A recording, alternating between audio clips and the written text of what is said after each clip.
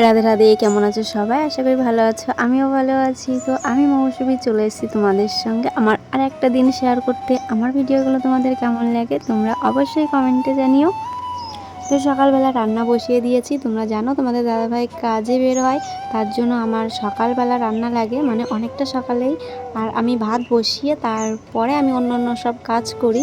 আর সেই কাজগুলো তাড়াতাড়িও ঝটপট হয়ে যায় করা, কারণ ভাতটা তো আগে বসিয়ে রাখি, তাই না? তারপরে হচ্ছে অন্য সব কাজ। না, সকালবেলা উঠে আমি কিন্তু আগে ঘরটা ঝাড় দিই, কারণ বাসি ঘরে কোনো কাজ করতে নেই, মানে বাসি ঘরে ভাত বসাতে নেই। আমি বাসি ঘরটা ঝাড় দিই, তারপরে হচ্ছে অন্য সব কাজ বাজ। 9টা 5-এর সময় ঘুমের থেকে উঠেছে, দেখো নবাব। চলো আমরা ছাদে যাই। ছাদের লাইটটা কে জ্বালালো অরিস? বাপি। ছাদে যাই জামা কাপড় মেলতে। সকালবেলা বৃষ্টি হয়েছে, আর এই কটা তো শুকাতেই হবে। এই কটা তো সকালবেলা স্নান করেছি, তাই ধুয়ে দিতে হয়েছে। এখন যাচ্ছি ছাদে, মেলে দিয়ে আসি। রোদ্র তো নেই বলতে গেলে চলে,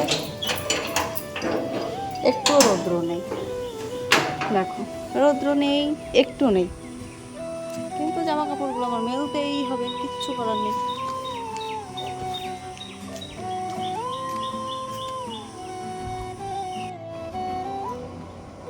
আমার কিন্তু সব কাজ হয়ে গেছে। তারপরে আমার ছেলে ঘুম থেকে উঠেছে।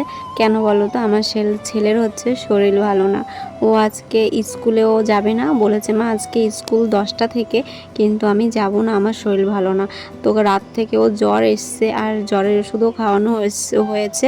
তারপরে ও বলছে যে আমার ভালো লাগছে না। আমি জোর করিনি, বলেছি যে বাবা তাহলে তোমার যাওয়া লাগবে না, এতটাই যখন শরীর খারাপ। আর আমার ছেলেটার যদি একটু শরীর খারাপ হয়, ছেলেটা ভীষণই নরম হয়ে পড়ে, তার জন্য ওকে আমি আর পাঠাই না। তারপরে ও ব্রাশ করলো, চা খেলো।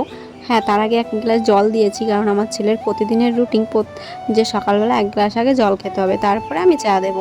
চাটা দিতে চাই না, তবুও জোর করে খায়। তবুও আমার দিতে হয়, মানে ওই যে জোর করে দিতে হয়।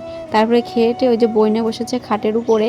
তারপরে আমি এইখানে ওর বইগুলো একটু গুছিয়ে রাখলাম। আমার ছেলের বইগুলো কখনোই গুছিয়ে রাখতে পারে না, সেটা হচ্ছে আমাকে করতে হয়। মানে ও এলোমেলো করে রাখে বইগুলোকে একটু যত্ন করতে পারে না। তারপরে ওই বই খাতাগুলো গুছিয়ে রেখে চলে এসেছি এইখানে আমার টেবিলটা মুছতে। আজকে কিন্তু আমি জল ব্যবহার করিনি, কারণ জল দিয়ে মুছতে টেবিলের কালারটা কেমন যেন ডিসকালার হয়ে গেছে। তাই ভাবলাম যে এখন থেকে আর জল দিয়ে মুছবো না, হাত দিয়ে আর একটা কাপড় দিয়েই মুছে দেবো, যাতে ঝুলগুলো আর নোংরাগুলো পড়ে যায়। তারপরে সেই কাজগুলো করে এসেছি আবার রান্না করতে। আজকে কিন্তু বেশি কিছু রান্না করব না, যেহেতু আগের দিন মাংস হয়েছিল, আবার মাছও ছিল। মাছ মাংস খেয়ে ভালো লাগছে না, কারণ একসঙ্গে দুটো জিনিস রান্না হলে ভালোও লাগে না এত মশলা খেতে। তাই আজকে নিরামিষ করছি, ডাল করছি, আর হচ্ছে কুমড়ো শাকের তরকারি করছি। তাই দিয়ে আজকে খাওয়া হবে। আমি জানি তোমাদের দাদা ভাই আর আমার ছেলে একটু বায়না করবে যে এটা কি রান্না করেছো। আমার ছেলে ডাল হলে আর কিছু লাগে না, কিন্তু ও শাকটা খেতে চায় না, তবুও আমি ওকে শাকটা জোর করে খাওয়াই। আর ডাল হয়েছে তো আর কিছু বলবে না আজকে। কিন্তু তোমাদের দাদাভাই খেতে চাবে না, তোমাদের দাদাভাইয়ের ভীষণ কষ্ট হয় নিরামিষ ভাত খেতে।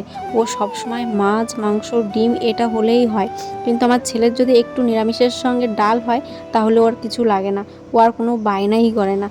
তারপর এখানে শাক বসিয়ে দিয়েছি, আর এই পাশে হচ্ছে ও ডাল। তার ডালটা নামিয়ে তারপরে আমি আবার শাকটা বসাবো ওভেনে। আমরা কিন্তু গ্যাসে তেমন একটা রান্না করি না, কারেন্টেই বেশি রান্না হয়। হচ্ছে কি বলতো, আমার তো ননস্টিকের যে কড়াইগুলো হয় সেই কড়াইটা নেই আপাতত, তার জন্য আমার গ্যাসেতেই রান্না, মানে কষিয়ে তারপরে আমি ওই ওভেনটাই বসাই, মানে কারেন্টে।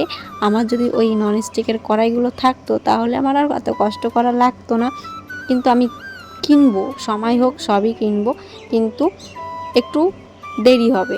তারপরে রাত্রিবেলা আমি দিদিমাকে চা খাওয়াতে আসলাম, আর চা খাওয়ানোর সময় উনি কান্না করছিল আমার কাছে। মানে কি, উনি যখনই খাওয়ার সময় হয় তখনই কান্না করে। উনি ওই যে হাঁটাচলা করতে পারে না। তারপরে ছেলেরা আছে, ছেলেরাও দেখে না, কেউ একটু দেখতেও আসে না। এই যে বাড়ির কাছে যে ছেলেটা আছে, সেই ছেলেটা তো মনের ভুলেও মার খবর নেয় না। এরকম ছেলে থাকার থেকে না থাকা আমার মনে হয় খুবই ভালো। এরকম 3টে 4টে ছেলে না হয়ে যদি 3টে 4টে মেয়ে হয়, তার সংসারে আরও ভালোই হয়। সেই মায়ের কোনো কষ্ট হয় না, মা